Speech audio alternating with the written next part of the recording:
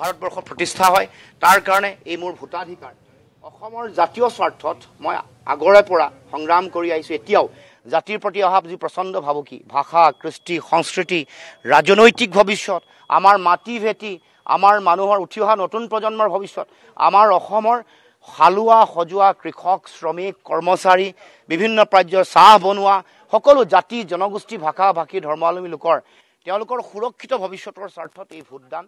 মই ভাবোঁ যে এই সময়ত অসমৰ জাতীয় সংকট আছে। জাতীয় সংকট নিৰসন বা সমাধান কৰিবৰ কাৰণে যিটো জাতীয় দায়িত্ব, সেই দায়িত্ব পালন কৰিবৰ কাৰণে সেইকাৰণে এই যিখন যুঁজ, ৰাজনৈতিক যিখন সংগ্ৰাম, এইখনক জাতিৰ অন্যায়ৰ বিৰুদ্ধে ন্যায় প্ৰতিষ্ঠাৰ সংগ্ৰাম বুলি অভিহিত ইতিমধ্যে কৰিছোঁ। আৰু সেইকাৰণে সকলোকে আহ্বান জনাইছোঁ যে আমাৰ অসমৰ মানুহৰ যিবোৰ জাতীয় মৌলিক যিবোৰ প্ৰশ্ন আছে, সেইবোৰ প্ৰশ্নৰ সমাধান বিচাৰি, ৰাজনৈতিক প্ৰশ্ন, সম্পদৰ ওপৰত অধিকাৰৰ প্ৰশ্ন, ভাষা, কৃষ্টি, সংস্কৃতিৰ সুৰক্ষাৰ কথা, মাটি ভেটি ৰক্ষাৰ কথা, এই সকলো লগত ৰাজনৈতিক এই যি বিষয় বা ৰাজনৈতিক সংগ্ৰামখনৰ এটা অতি গুৰুত্বপূৰ্ণ সম্পৰ্কৰ ভূমিকা আছে।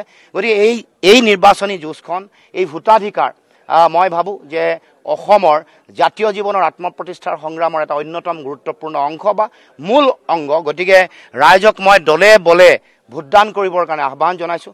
সকলো প্ৰান্তৰ ৰাইজে যাতে অসমৰ জাতীয় প্ৰশ্নবোৰৰ সম্পৰ্কত নিজৰ স্থিতি স্পষ্ট কৰি সকলোৱে যাতে ভোটাধিকাৰ সাব্যস্ত কৰে।